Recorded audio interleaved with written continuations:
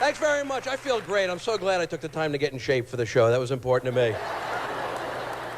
I'm actually looking on the bright side of being a little heavy, you know. There is a bright side, I guess. For instance, I don't need an iron anymore. That's pretty cool.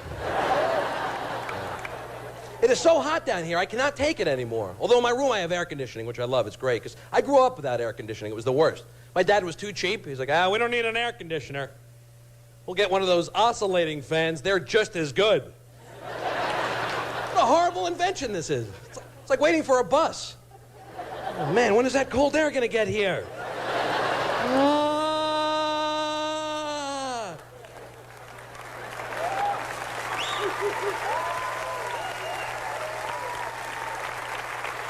Boy, that was refreshing. Now I'm sweating again. My clothes are sticking to me. So I'm trying new stuff while I'm down here. I tried water skiing for the first time. I don't know if you water ski. I hated it. A lot of work for like not that much fun. You gotta put that big vest on, you get in the water, you put your skis on, you put your gloves on, you grab the handle, you straighten out the rope, you brace yourself, you're like, okay, I'm ready, go! Boom, I'm down. They gotta pull the boat around, I gotta locate my bathing suit, yeah. I wasn't very smart either, because I was the only guy going for the first time. Everybody else knew what they were doing. That's discouraging when you can actually hear them on the boat. This stinks, he's down again. They turn around, they try to help you out. Try and stand up. Oh, is that the idea? I thought I was supposed to be dragged through the water with my mouth open. That's the worst part about it, too. You wipe out. You wipe out. You're just floating there in that water waiting for your friends to come back and pick your butt up. Hurry up, hurry up. And embarrassingly enough, I found out I scream exactly the same if a great white is going to attack me or if a piece of seaweed touches my foot. Well, see, we grew up under whippings, but we all grew up and became good people. See, now, I don't know what the fuck going on now. Sex, too much sex, every time I turn around, I'm so sick of pussy, I don't know what to fucking do. No, man, pussy make me sick. That pink motherfucker something else. That pink bastard, man, is a drug. Don't tell me I'm wearing the patch right now. Don't tell me.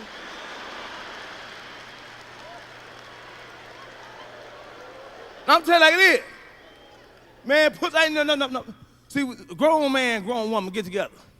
Say you want some. I say, I'll give you some. You bust a nut. I bust a nut. How the fuck I gotta pay your rent after that goddamn shit?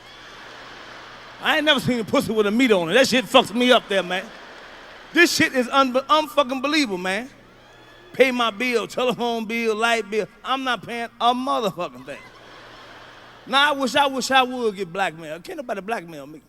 See, that's why I don't fuck around. Because I don't want no pussy. Can't blackmail me. I'm going to tell your wife. I'll tell my motherfucking wife. Before I let another motherfucker tell my goddamn wife. Bern, I tell your wife, motherfucker, I tell her myself, I'll go home. Wake up.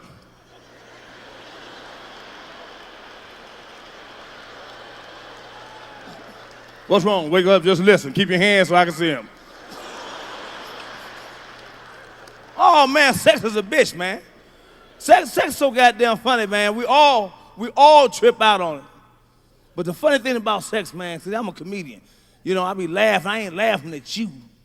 I'm laughing at shit you be saying. You know, God damn it. I said, I ain't never heard this motherfucker talking like this. This motherfucker Christian. Give me that dick in the name of the Lord. Give me that dick. I said, her daddy can hear her now. I went with a woman, man, a long time ago. See, you know, when you do shit fucked up, man, you don't care back in the day. Now you mature now. But I had this woman, man, she wasn't that attractive, you know. But she was good people. She was good people.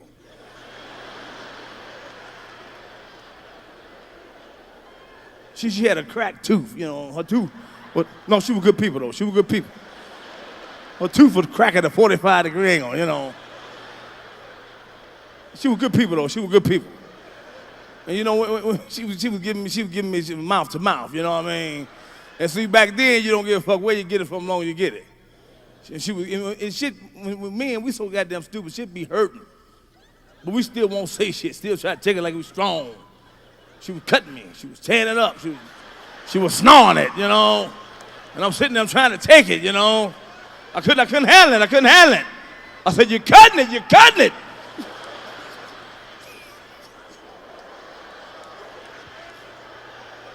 She was good people.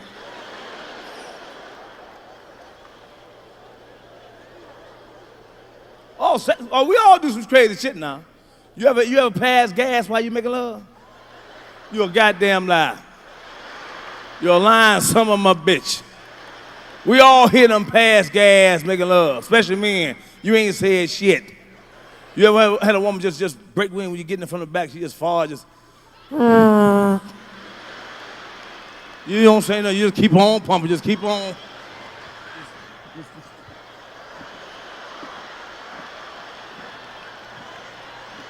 You don't say nothing. When you get in your car, you talk about her ass like a dog. Don't. See you later, Bernie. All right, you stinking ass bitch. Farted all on my dick and shit.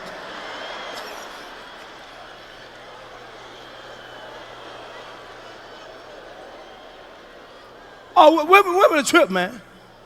Women, all of us, men, we've been doing things, sex so fucking funny, communicating, say, I want you to do this. I want you to do that. You don't do this anymore. But all sex ain't never mentioned. Women don't like to suck no dick. They don't like to suck no dick.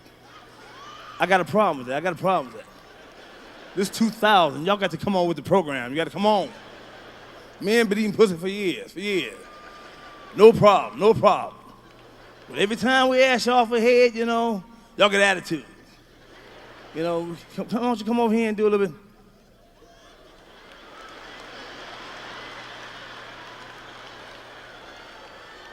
What you want me to do?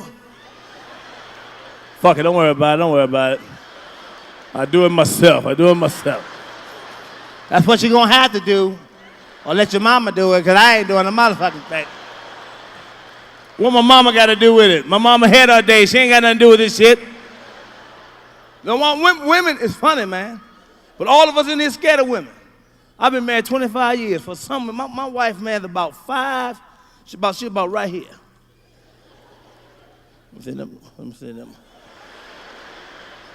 You thought about it too, motherfucker. You thought about it. You know, I ain't never hit my wife. I swear to God, I ain't never hit, but I thought about it. You know, and if I did drugs or something this one time, I have an excuse. I'll fuck my wife up, man, I'm telling you. Cause that son bitch, man, she know I ain't going nowhere, man. When women know they got you 25 years, she was 15, I was 16, she know I ain't going nowhere. Now she be talking all smart, so y'all clapping. So that's beautiful, ain't it? Yeah, I know it's beautiful, yeah, motherfucker. That little son bitch think she own me, man, be talking all smart, you know, telling me what to do. You know, yeah, I know she is. But see, black women want to be your mama, your daddy, your pastor, your counselor, policeman. You know, they want to be the dick. Yeah, we are. Y'all ain't right shit. I know they want to be your wife. They want to tell you what to do. My wife gonna tell me one day. I said, babe, I'll be right back. She said, you ain't going nowhere tonight. I said, you want to see my motherfucking birth certificate? I'm growing like a son bitch. She said, well, take your punk ass out and see what the fuck gonna happen to you. Now, for some reason, when she said that, I knew she wasn't playing. I got nervous like a motherfucker, you know.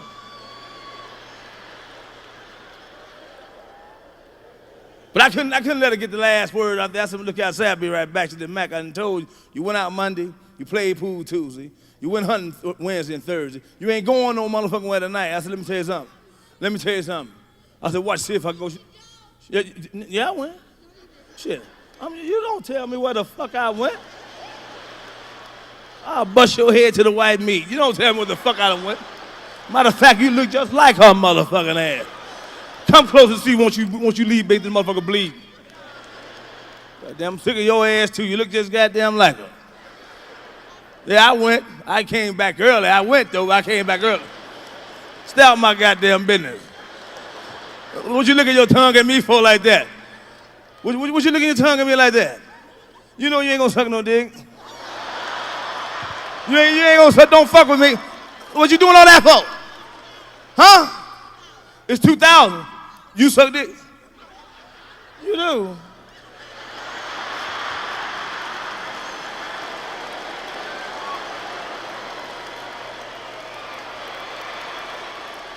I'm gonna check your ass out. I'm gonna check you out. When I get through, you be right there on the side, right over there, with your mouth open. Come right in the motherfucker, just come. I'm gonna put some of your mouth, I'm gonna choke the shit out your head. You'll be coughing for 2 weeks, fucking with me. That motherfucker try to kill me. You fucking with a man here, baby. If I let you see it, it's gonna scare the shit out of you. If I unzipped it and just that you took a peek, you go blind.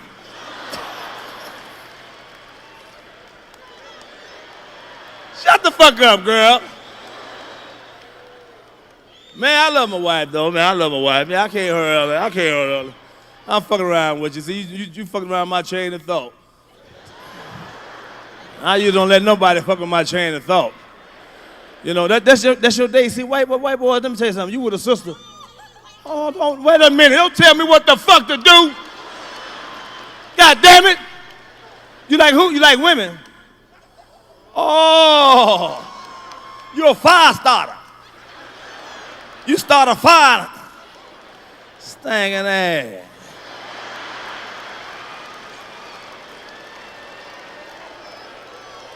Talking about I like women. What the fuck you like? You can't do shit but kiss it.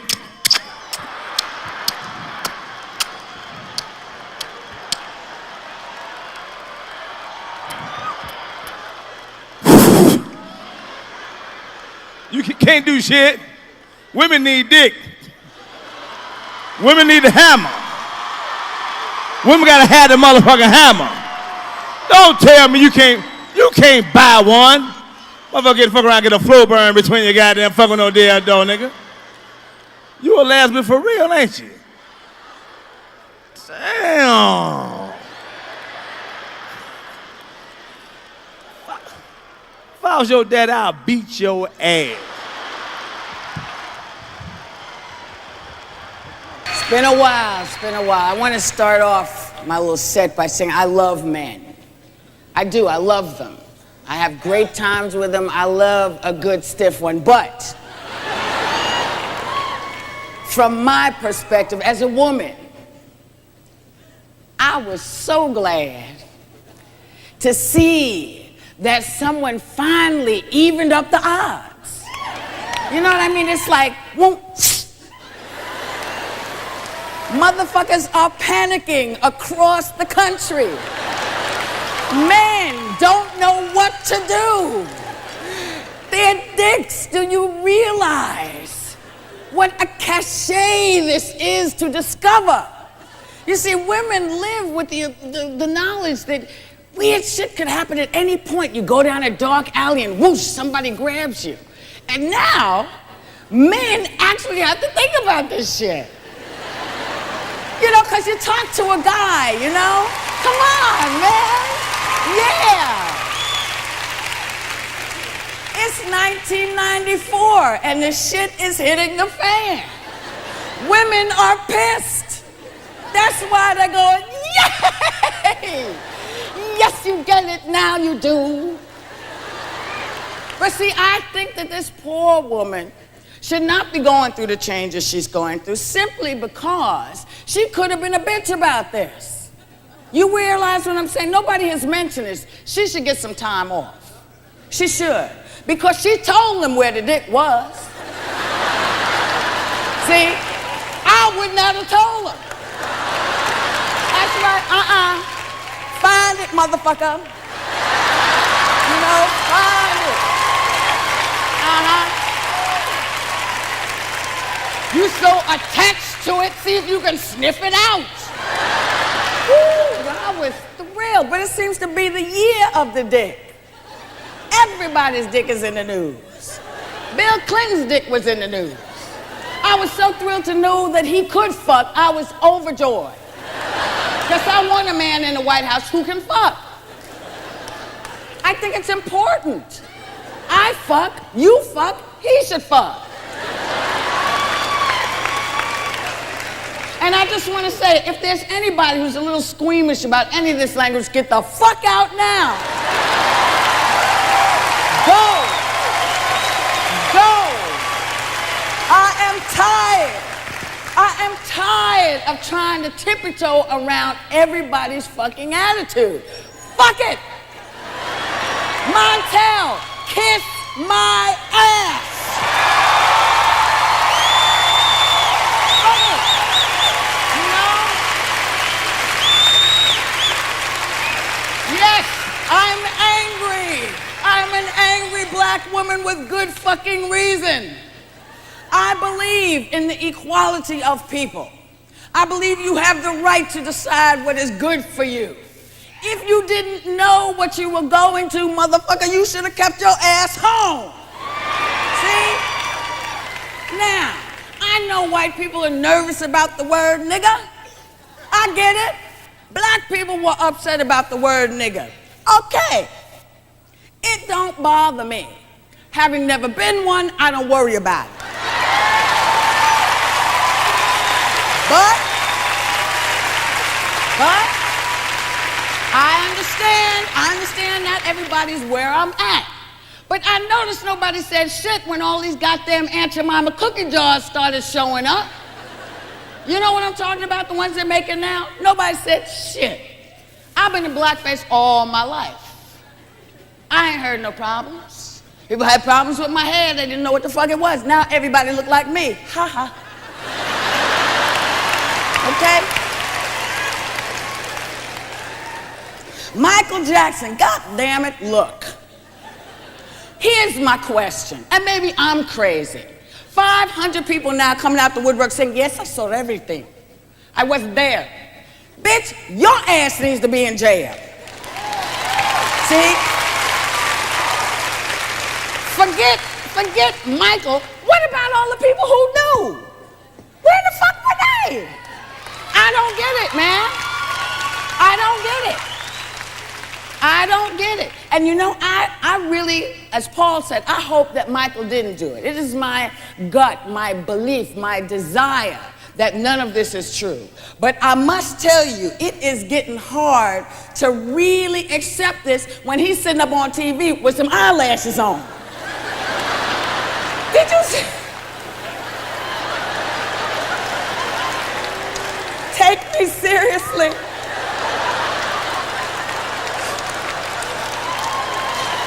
You know, people shoot themselves in the foot. No. He looked like Liza Minnelli. I didn't know what to do. It's so hard to know what's real and what's not. You know, it's like last year was an interesting year. I had an interesting time with the media. Because I was fucking somebody I wasn't supposed to be fucking, see? That's the bottom line. Yeah. A big, wealthy white man. Okay? And people didn't know how to get me out of it. They didn't know what to do. They couldn't put it together. Of course, you know, we're not the two people you would pick out in a room, but it was great fun. We had a good time. People were upset. So we went and talked about all the shit that you read about in those newspapers. Nobody seemed to mind when they printed, you know, that I was fucking him under the doors of his mother's house. Nobody had a problem with that, but put the man in a little black face and people go berserk.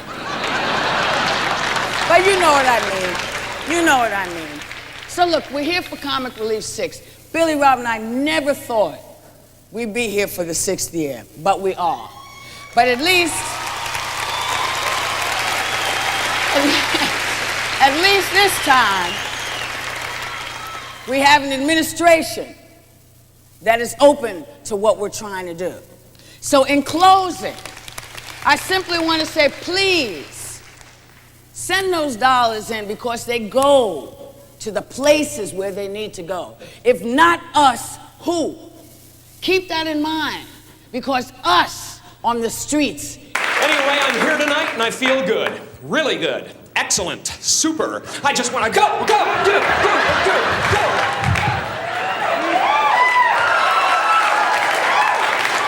I think those subliminal motivation tapes are starting to make a difference. Yeah, that's right. I listen to motivational tapes.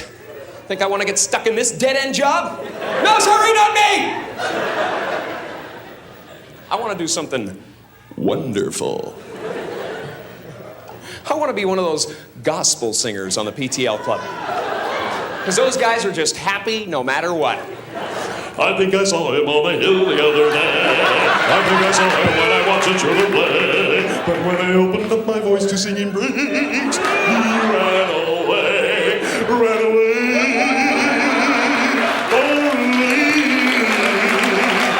My singing made sweet Jesus run away. I did not have to wait until you heard because my singing made the good Lord.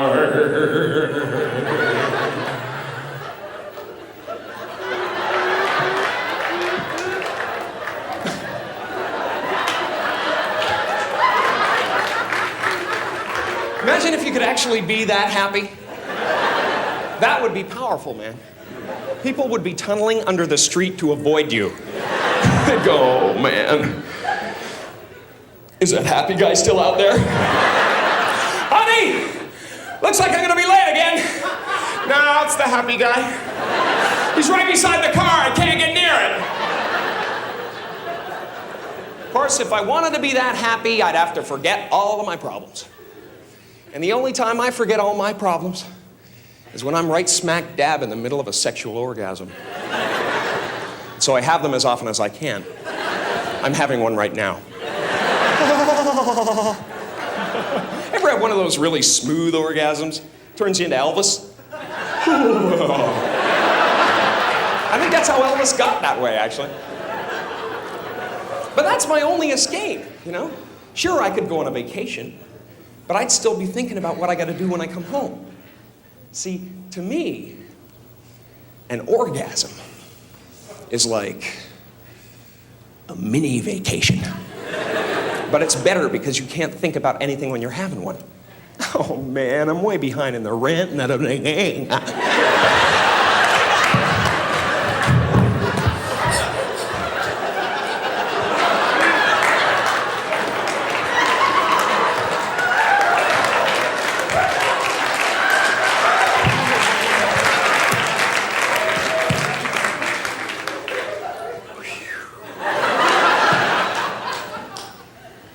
The kids need braces. What am I gonna do? And you're right back into the pain of life, you know? But for 30 seconds, man, you're free. All you can think about is, what the hell am I gonna grab onto? And gee, I hope the person I'm with doesn't do anything stupid like move. You ever been with somebody who wanted to just keep on moving? I used to keep a brick under my pillow for people like that. It's over, let it go!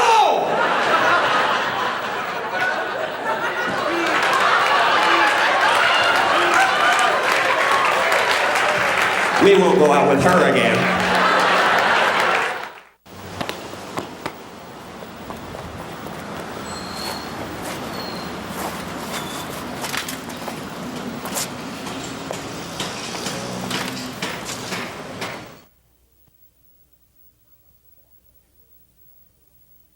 What would you do if you found out your mom and dad went to hell? Wouldn't that just ruin the rest of your life? You'd be walking around, they taught me everything I know. I even look like them. Of course, my mom would drive the devil crazy if she ever went to hell. She'd spend eternity going, something's burning. I can smell it! My mom could always smell something burning, man. I spent half my childhood feeling the walls for hot spots. 9 times out of 10, it was my father. See, like a lot of smokers, his favorite cigarette of the day was that one right after dinner, you know? During his nap. Fun watching him wake up, though. Drop and roll, Dad!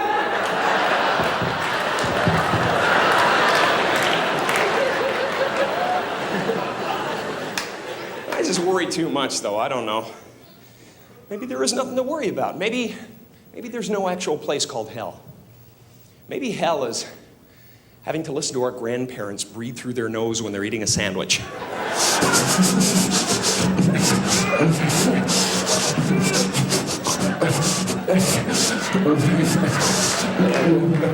Get that humming thing.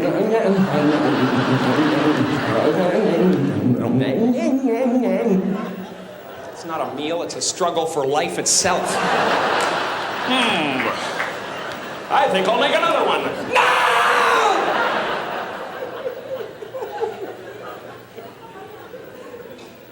We'll be good. Here's a scary concept, though. Getting old.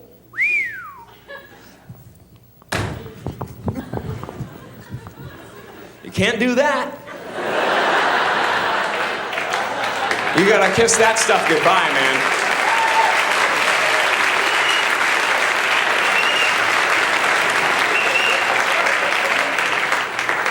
I just want to keep challenging myself, you know. I don't want to become the reminiscing guy.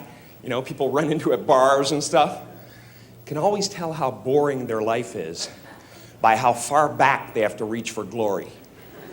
They're like,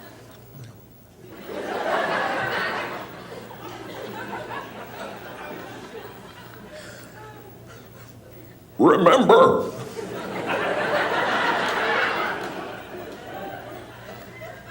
Remember how fast I used to be when I was a sperm? I'll never forget the day of the big race. There were millions of us in the field, but I beat them all to fertilize that egg, mister. Back in the cervix, I was seaman first class. Don't want to be like that.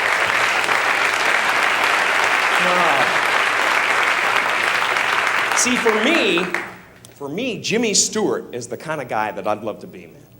It's very difficult to be that, though, you know? I mean, he's just kind of up here somewhere. And I love him, man. He's a great example of somebody who's had an incredibly productive life. It seems like no matter what happens, no matter how bad things get, Jimmy Stewart can look at it in a positive way.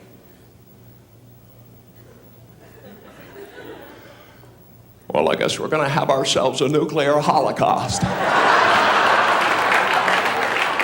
hey, everybody, come on over to the window.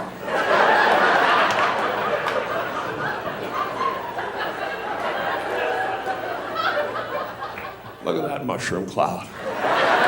Isn't that beautiful? And the amazing thing to me is that something so magnificent, colorful could just melt your face right off.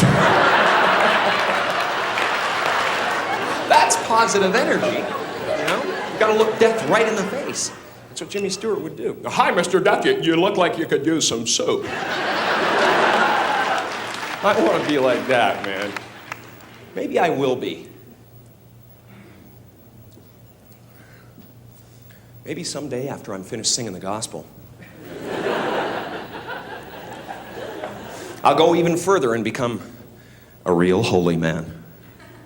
And I'm not talking about the kind of holy man you see on TV, those TV evangelists. They're not holy men. They're just ambitious. I saw one guy who was so ambitious, he actually became jealous of the Lord. You could tell it came out halfway through the sermon. He said, when I was a child, I wanted to be the Savior of the world. Then they told me that Jesus was the Son of God, and I realized it's all who you know. Very petty people, you know? You can't be like that if you want to be a holy man. And you got to be sure of yourself, too. When you make a decision, you cannot waver in any way. You got to stick with it. You never see Gandhi during a hunger strike sneaking into the kitchen in the middle of the night. Gandhi, what are you doing down here? I thought I heard a prowler.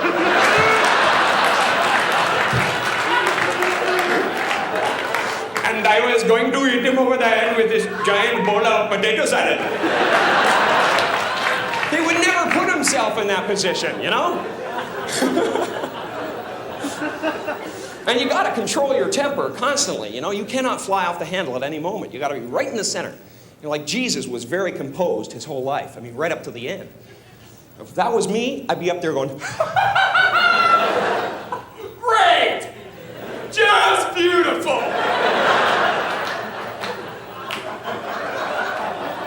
You guys are gonna get it.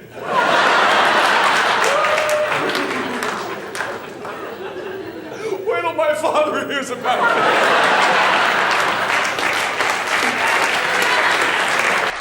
Thank you all for taking time out to come here. There's a lot of things going on out here.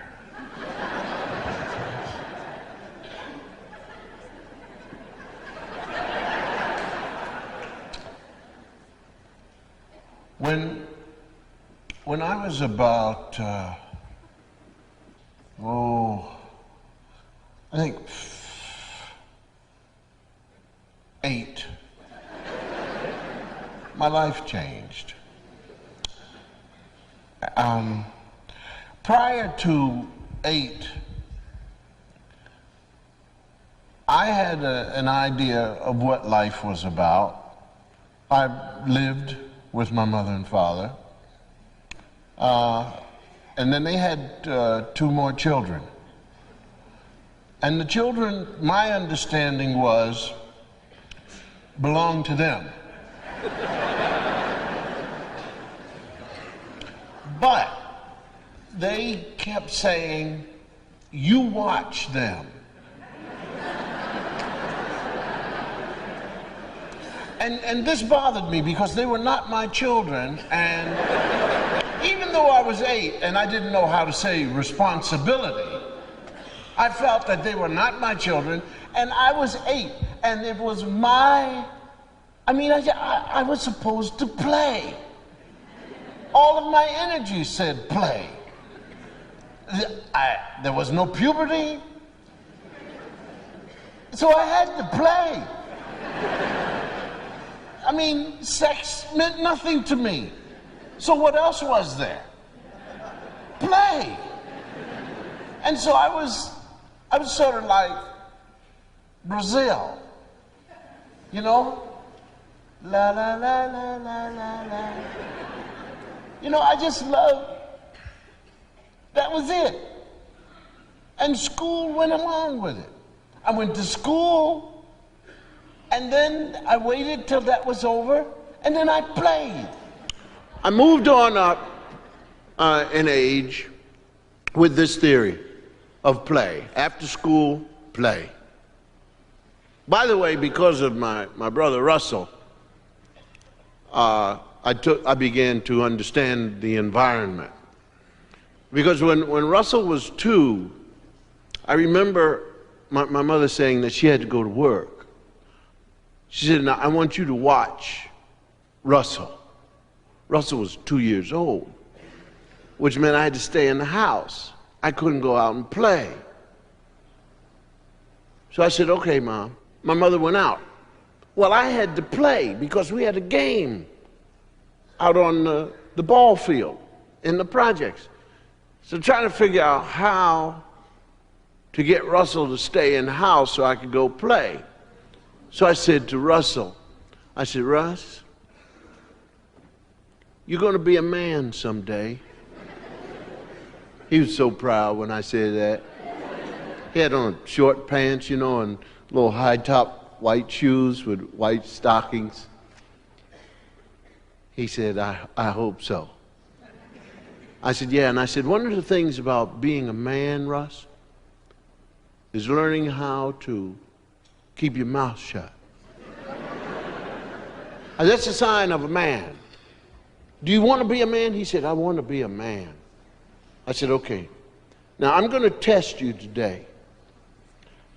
I want you to sit in this chair and stay there, Russ.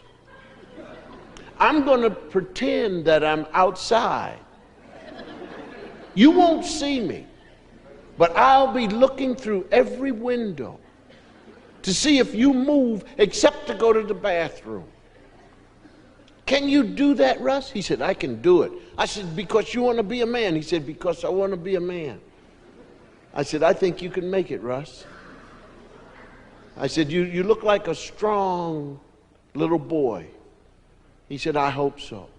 I said, and if Mom says to you, did I leave the house? What do you say? He said, I said, Russ, you're taking too long. He said, I tell her that you didn't go anywhere. I said, Russ, we'll give it a try. So I went out and I played. And I knew what time when my mother was coming back. 10 minutes before she was supposed to get back, I came back and Russ was still in the chair. I said, you moved twice. He said, how'd you know? I said, I saw you. He said, well, I just went to the bathroom, that's all. I said, I know it. He said, am I a man? I said, you're a man. My mother came home. And my mother hit me. And Russ said, I didn't say anything. I said, shh. She said, you went out. I said, she said, you went out. She said, and you played ball. And I told you to stay here and watch Russell. Russ started crying. He said to my mother, I'm not a man. My mother said, what are you talking about? He said, I'm not a man. I didn't tell you anything. I'm not a man. My mother said, what is he talking about? I said, just something we were talking about. She said, wait till your father comes home. Well, that was an old thing for me, so I didn't care anymore. I just soon die right there in the chair. She said, a little bird told me. And I tried to figure out how a bird. And the next day I went out and I looked up in the air, and sure enough, they were up there flying around. I became paranoid. Anytime I see a bird, even today, I get a chill. Strange things. But it's the things that parents lay on you. Little things like that. A little bird told me. And poor Russ, he never became a man. Well, I took this test. I didn't know what it was. I was in the 5th grade. And our teacher, Mrs. McKinney, walked in a month or whatever after the test, and she said, guess who the brightest person is in this school? Hey, I'm sitting at the desk, you know, waiting for the clock to say I can go play. She said, Mr. Cosby. And everybody sort of looked at me, and so I said to myself, so what? I'm happy to be the winner, but I didn't know the pressures that this was going to put on me. From that point on, I became a marked boy. And, word spread that I was the brightest person in the school and the brightest in the neighborhood and I don't know how. And the next thing, people started giving me things to do. And then I would do it, and then they would say, good, now do this. And I said, but I finished that one. I want to go play. No, you can't play. You have to do this. And it began to dawn on me that this is not fair. If I'm the smartest person, how come I have to do all the work? The smart person should be just sit there because you're so smart and let the other people catch up to you. I should be able to sit in a room by myself until they get as smart as me. But in fact, it worked the other way around. Now, in the 40s, there was no special class. You were in dumb school. And that's where I wanted to go. Because the dumb school people, man, they were always having fun. They were taking them on trips. They were going, you know, like to the planetarium, to the airport. They went to France. And the people who were supposed to be smart, we were bent over, sweat rolling down, we were writing, people saying, okay, now you have that, do this. And he kept saying, why am I working this hard? They don't know anything. And then when it rained, they painted. And they sang, and they were happy all the time. Graduated from elementary school. I picked a junior high school, Fitzsimons, 26 in color.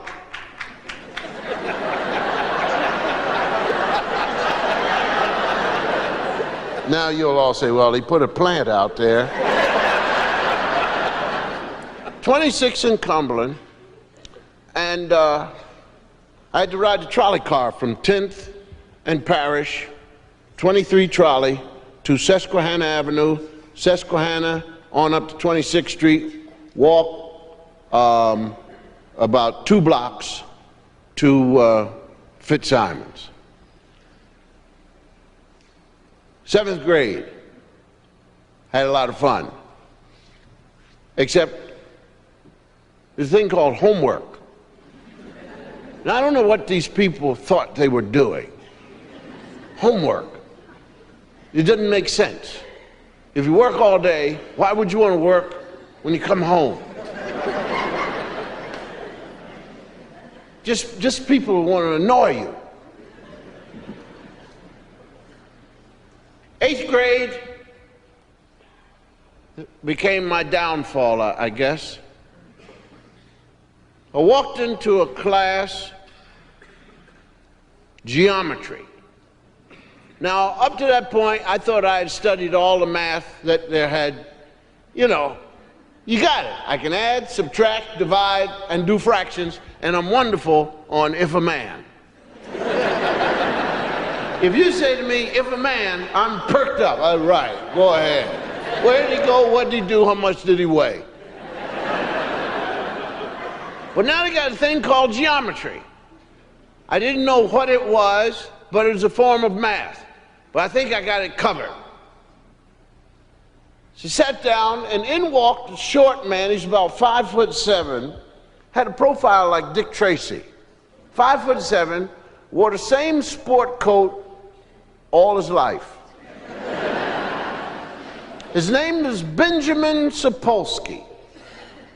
Benjamin Sapolsky was a Russian Jew who taught geometry and had come, as far as I'm concerned, all the way from Russia to bother me.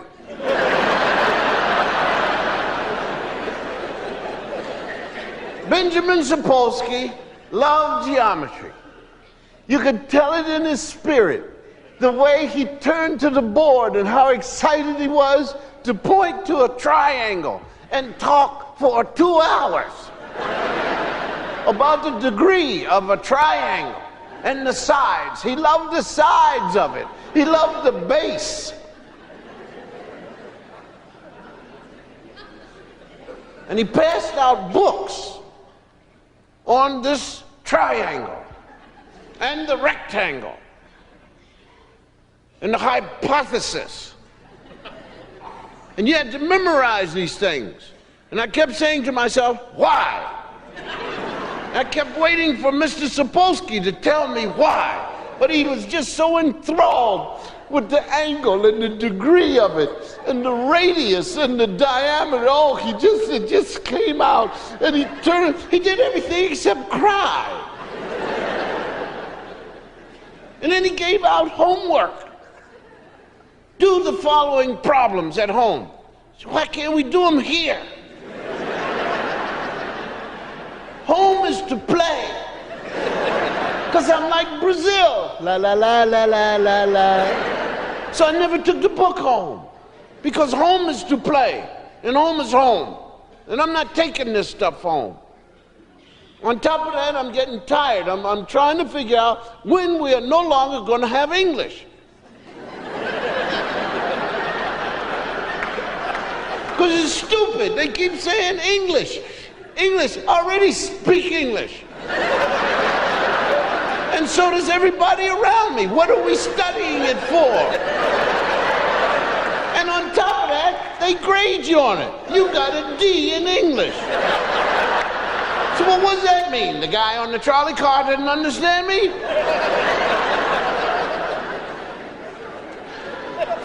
And then they were making up things. What is subjective clause of the subjunction and cross with apostrophe and put your commas? I'm not writing anybody. If I want to reach him, I'll call him on the phone.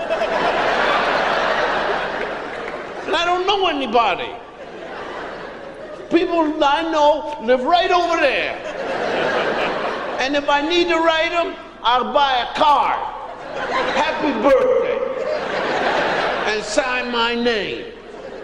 So what is all this English stuff? I can read. I read Treasure Island because I had to. I read all of that. And I know Mark Twain. I read all that. I can read and I can write, and the newspapers are not that difficult. I'm not old enough to go to war, so I go right past all that. So there was two things that was just stupid.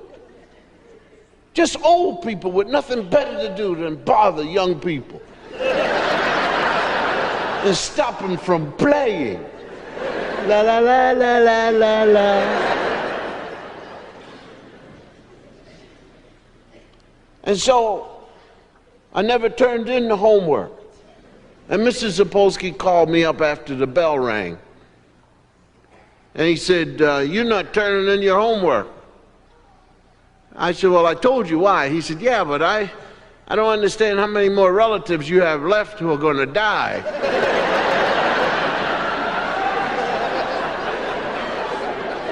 He said, why are all these people dying when you're supposed to turn in your homework? I said, well, I don't know, Mr. Sapolsky. You know, I was jealous of T. Parham. T. Parham had a dog. His dog ate up his homework. I didn't have a dog. Not allowed to have dogs in the project. So I just had relatives who died. And to be perfectly frank, a couple of them died 3 times. Because I had forgotten who died, you know. And he didn't accept the fact that the person got well, and we thought he was dead, but...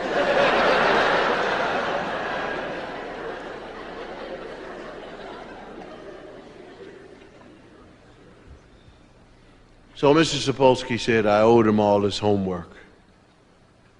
Mr. Sapolsky gave an exam one day. 4 problems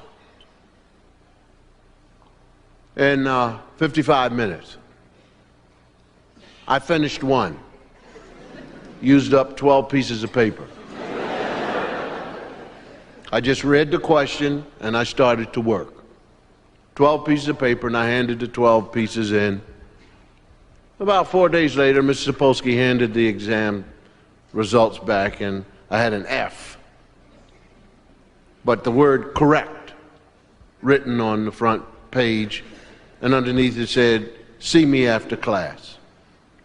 The bell rang, and I went up to him, and he said, I want to talk to you about your paper here. Papers. Your book. On the first problem. I said, yes, sir. He said, you know, I failed you on the exam. I said, yeah. He said, but you got the answer correct. He said, and I followed your philosophy. He said, you're a genius. I said, thank you. He said, for the year 400 AD,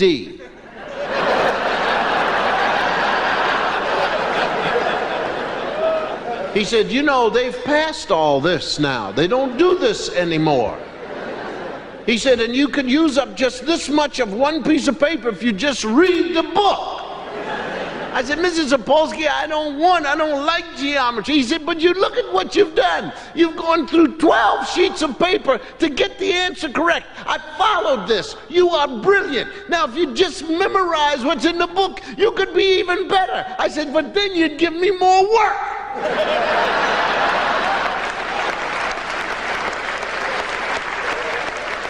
So he said, that's the way he got, you know. And I said, Mr. Sapolsky, so he said, You see me after school. I said, Mr. Sapolsky, I live all the way in North Philadelphia in the projects, and it'll be nighttime when I get. He said, you don't want. I said, Mr. Sapolsky, I just want to play. I just want to play. He said, don't you want to be anything? I said, yes. He said, what? I said, I don't know. He said, you could be a lawyer. I said, yeah, but that's hard.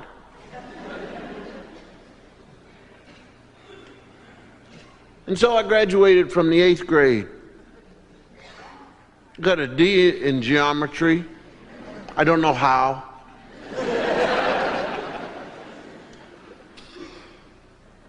An 8B, the second half of 8th grade. They had geometry 2.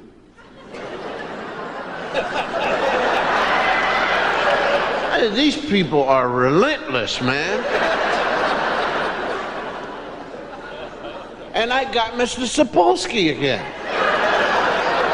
And he looked at me and he was passing out the books and he said, he didn't even give me a book. He said, you don't need one.